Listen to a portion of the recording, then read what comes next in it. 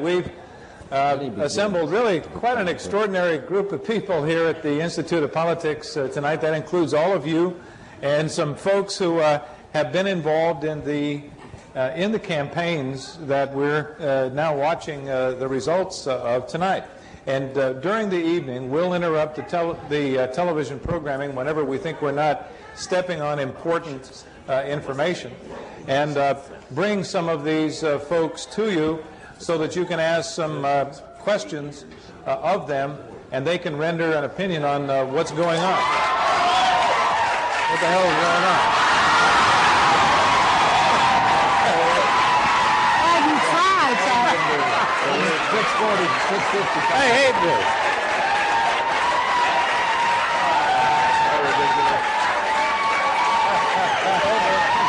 That's it then, isn't it? We all go and have a drink.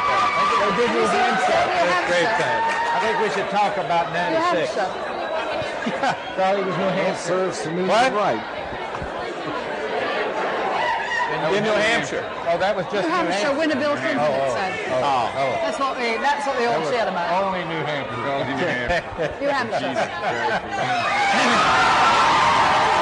Georgia. Okay, where's our monitor? I can't see. New Hampshire again. Georgia. 17 electoral votes so far. Yeah. This is You should have stuck with 405. If you get Georgia and New Hampshire, you're in. Hampshire and You're Georgia. in. Yeah. You can't be beaten, I don't think. I don't think we're going to see anything that's as interesting. All right, well, feel free to... Undecided. Thank you. Feel free to express yourselves at any moment like that. And I'm sure that opportunity is going to occur several times tonight. We're joined here tonight by Richard Ben Kramer, author of What It Takes, The Way to the White House. Maybe hopeful. That's just Vermont. I think it's maybe hopeless. Yeah. Okay. Well, there we are. No. You don't forget about the rest. And Mark Roberts, who is a professor, as you are mostly aware of here at the Kennedy School, and a professor of health, an expert on health policy. Jim Squires, who is a former fellow at the Barone Center here at the school and was Ross Perot's spokesman in the first Perot campaign. Bill Kovach, who's a longtime political reporter and editor and curator of the Neiman Foundation. And Shirley Williams, professor of politics at the school. Phil Zekolo, professor of politics here at the Kennedy School, and the person who probably can be blamed for a lot of what's happening in the country and what's happening in politics, Professor Richard Neustadt. I thought we would take a few minutes with your upturned eyes. It just, you know, your eyes are all looking up, and there's such a look of adoration on your face. I keep thinking it's for me, but I know it's not. Thank you. That's not you, Charlie. That's Indiana being lost. Well, you didn't expect to carry Indiana. Well, let's begin with Professor Neustadt and ask Professor Neustadt how he characterizes what's going on today. Clinton's going to win.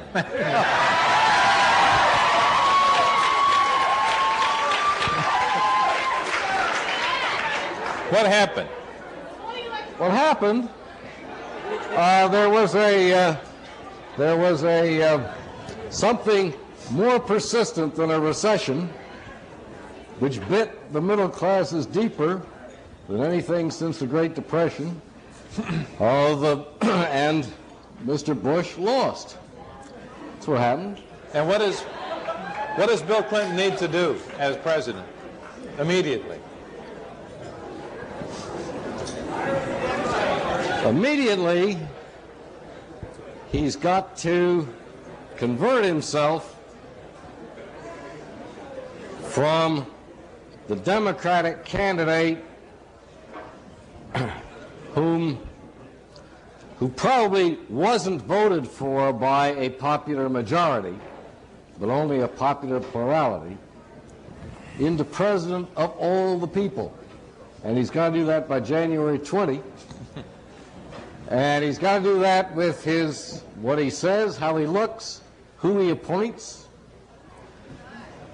what his inaugural address sounds like, and how successful he is in avoiding bays of pigs.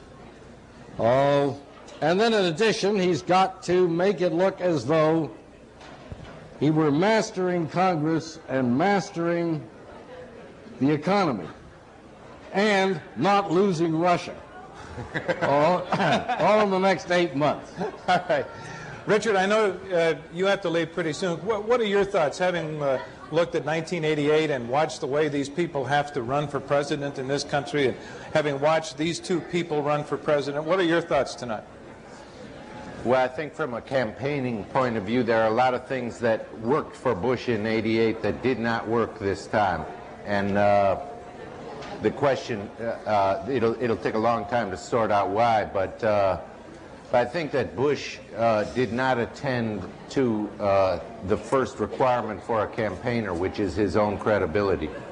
And when he was seen to be a not credible messenger, then the things that he brought up on Bill Clinton just bounced off.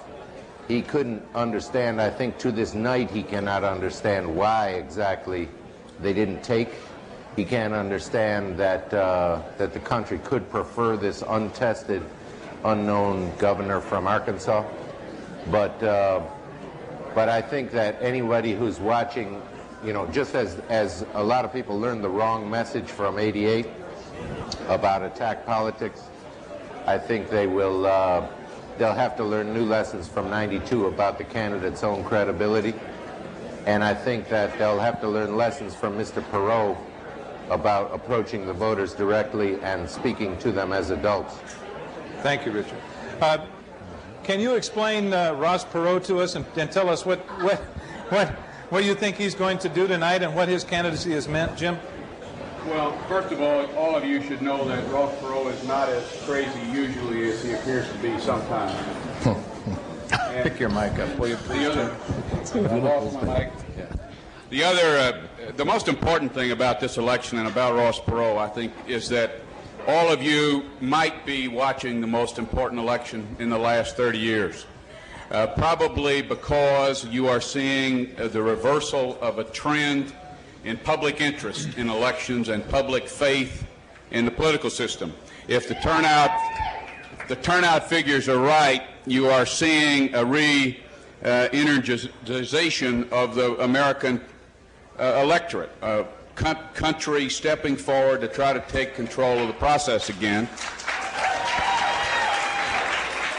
And I think that Ross Perot's campaign had a lot to do with that in this sense. He dramatically and I think permanently expanded the forum for political debate in this country. And if, in fact, we do have this large turnout, for a long time here at this school and in other places like this, they will be trying to figure out why people came out to vote. And everyone's going to tell you tonight it's the economic factor. But basically, it's more important than that. It is the understanding of the economic factor. I think we're going to find out that this electorate in 1992 understood the issues of this election better than any electorate in the last 20 years. Phil Zeklow. Thanks. Since I supported George Bush's election, it's a real pleasure to be here in front of a reflective, detached crowd. My first hope for the Clinton administration is that his administration will hire as many of my students as possible. He'll need all the help that he can get. You can give him. And I know my students will be prepared to give it to him. I think that as we reflect on the election, there'll be a lot of debates about who did better in the campaign. And I don't think the election was really decided in the campaign. The election was probably decided between the summer of 1991 and the summer of 1992 through decisions that were made principally by President Bush during that period. And as I mentioned to some others earlier tonight, I think this election in a way is a referendum on a style of leadership, which is really a challenge to all of you. Never in this generation has an American president's identity of leadership been so tightly bound up in the programs he proposes to implement as president, as opposed to character, personality, or values. He is, in essence, just the president that most of you come to the Kennedy School to learn how to help. And his administration will be deeply involved in questions of policy analysis and program success. And when you reflect on how well he can succeed in this style of leadership, you should reflect on what political base you believe he has. Bill Clinton may win a big majority tonight in the Electoral College, but it's not clear that he has effected a fundamental change in the political values of the American people. And here I think Mr. Squires has a good point. And then think about what kind of legislative programs Bill Clinton can adopt to vindicate his vision of presidential leadership and stay consistent with the values that most of the American people still reflect. And I think you'll see the measure of his challenge. Mark Roberts. I really profoundly disagree. I think that George Bush demonstrated three things. First, he made the Michael Dukakis error in reverse, in mirror image in the election. That is, he was so concerned about catering to his own extremist base that he ignored the fact that American elections are won and lost in the middle. And this year we had, look at the Republican convention, in some ways it was a mirror image of previous Democratic conventions in a certain kind of way. I think the second thing is that this was in fact an election on character and judgment, and that it was George Bush's character and judgment that was found wanting. And in particular, the American people were very puzzled at a man who could try to run as an agent of change after he'd been running the country for 12 years.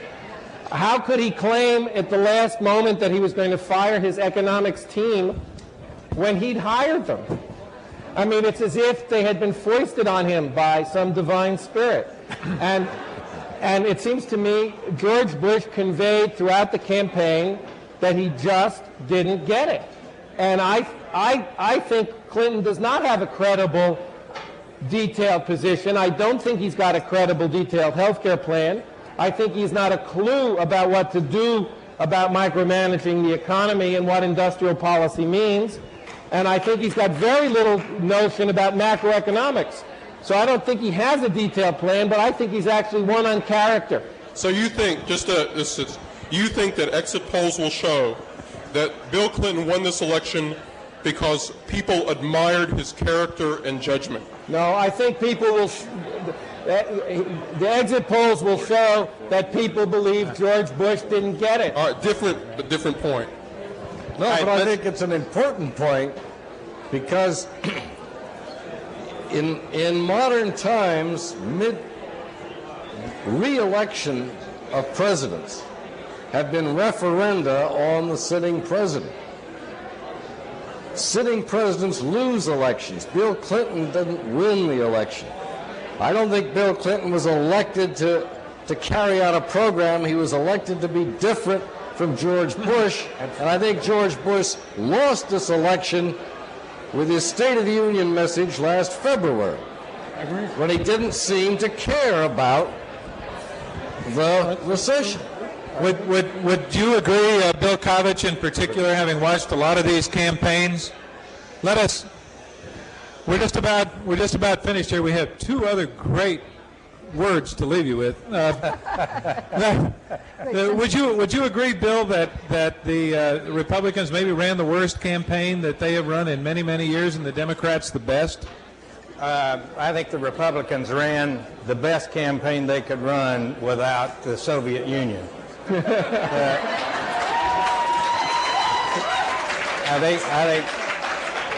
I think we have finally seen the end of the Cold War, and I think we've seen a vote where the people have voted for the first time in my voting lifetime, have voted something other than their fear of annihilation of a force they didn't understand. And in voting, not just for Bill Clinton, but for the members of the Senate and the House and the other offices they seem to be voting for, are beginning to project their hope for what's going to happen in this country. And I think it has not happened since Franklin Roosevelt. And I think Bill Clinton is as prepared to deal with it as Franklin Roosevelt was. I don't think Franklin Roosevelt had any detailed plans to solve the economic crisis.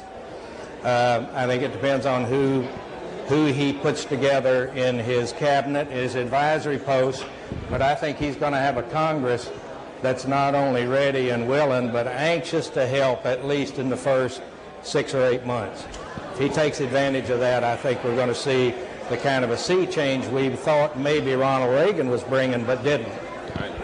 Let's have the final word from a representative of the country that elected John Major not long ago, and ask Shirley Williams how she views this election and what the perspective of a professor of politics at the Kennedy School and a Brit might be on this election. Well, 3 short points. First of all, Britain elected John Major in April. Tomorrow he faces the possible fall of his whole government on a vote of confidence, so it didn't last long. Number 2, I think that Mr. Bush couldn't believe that the country could reject him after...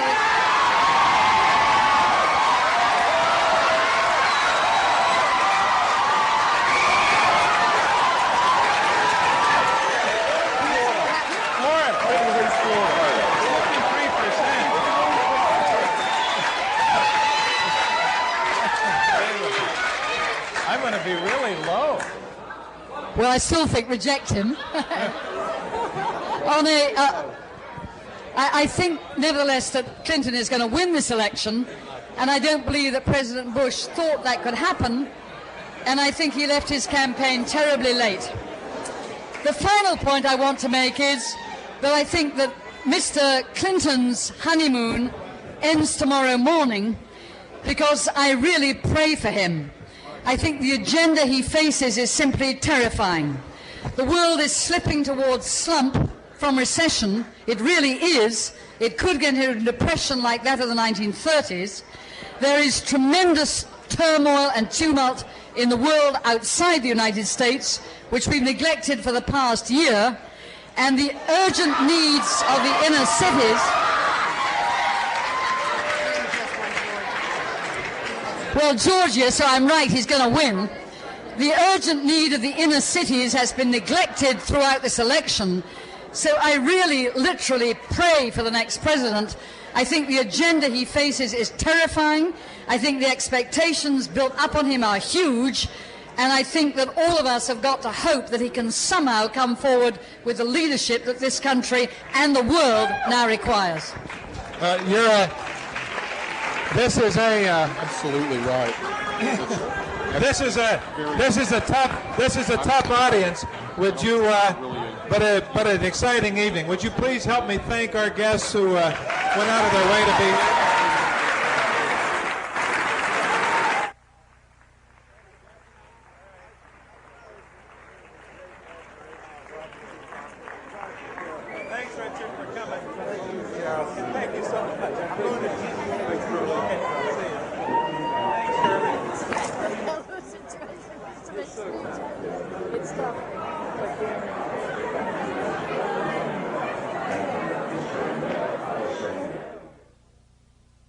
Bill Clinton, would you welcome Senator John Kerry? Senator John Kerry.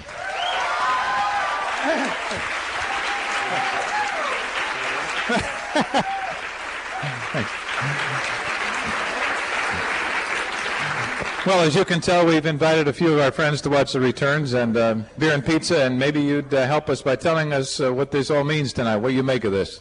Do all these people have passports to be here? No. It means that even without his voice, Bill Clinton makes more sense than George Bush. So,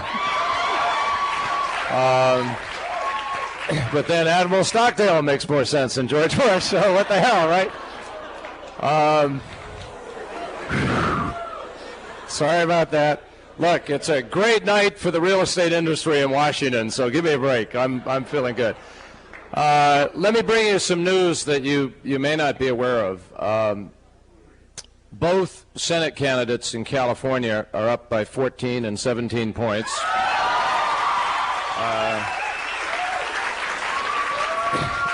Carol Mosley Braun is so far up they've stopped counting.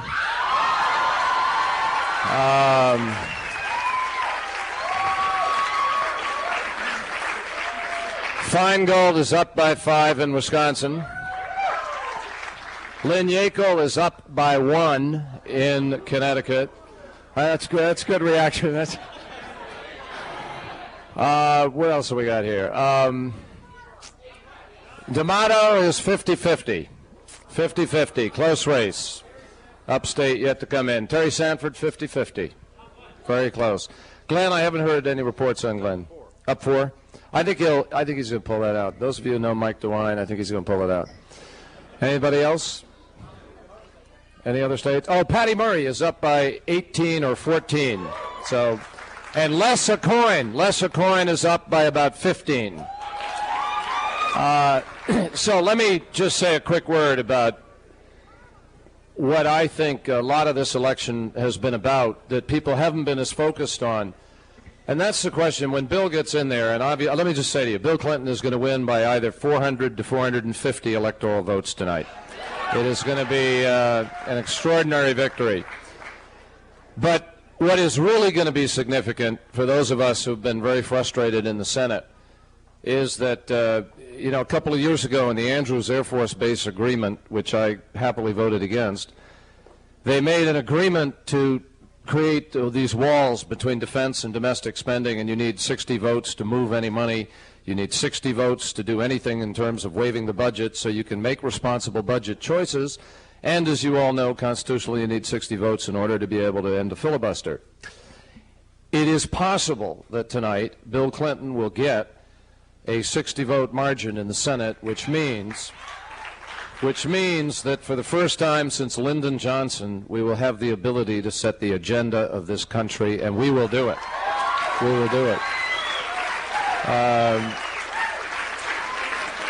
And I'll tell you, when you think of the 35 pieces of legislation that we have passed, ranging from family leave to campaign finance reform, to the tax fairness and economic growth package, to the lifting of the gag rule, to the money for National Institutes of Health, to unemployment benefits extension. I mean, you can go down a list of things that this so-called gridlock Congress has sent to the president that he has vetoed, 35 separate vetoes. The veto days are over, my friends. This country is going to make choices. So let me open it up to any insane questions that any of you could, that I could conceivably avoid answering. Way back.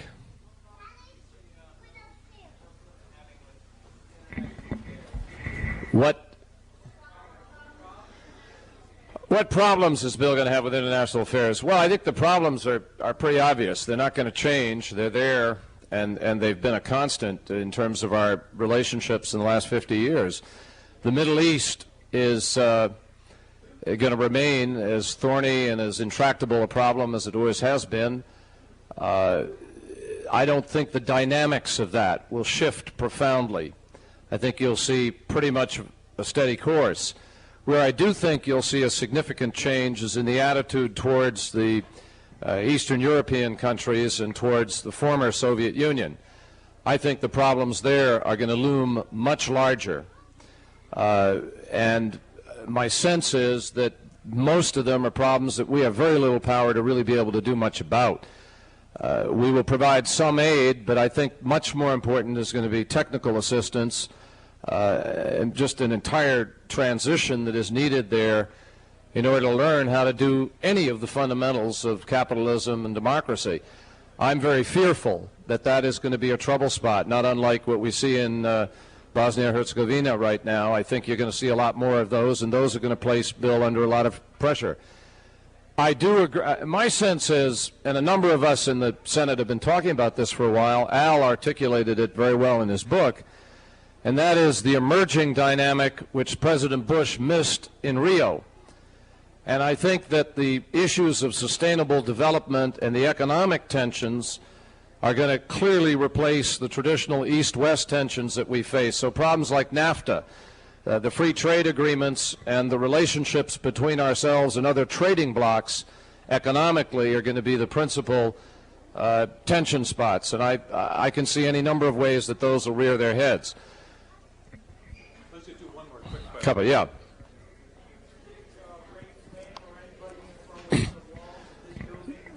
Do I predict anybody from the walls of this building going to Washington? If Bill Clinton wants to get reelected, probably not. No. Wrong answer. Look, I come from here. This is my base. Of course, we're going to take all of Massachusetts to Washington. Let me tell you something. I just finished making telephone calls today to half of my political operatives and half the people I know from the Dukakis campaign, from the Kennedy campaign, and so forth. They're all over the country. They're running states. They're in Wisconsin. Mike Hooley, my former field director, is down in Little Rock doing that. George Stephanopoulos, as you all know, has been a hero in this campaign. I think there's going to be a huge representation from our state at various levels. And I think it's one of the great things we have in Massachusetts, an awful lot of political talent. A lot of it is going to get put to use. And I have no doubt about that. Absolutely. We're going to get back to TV. Let's thank John Kerry. TV. Thank you. Nice to be with you. Thank you.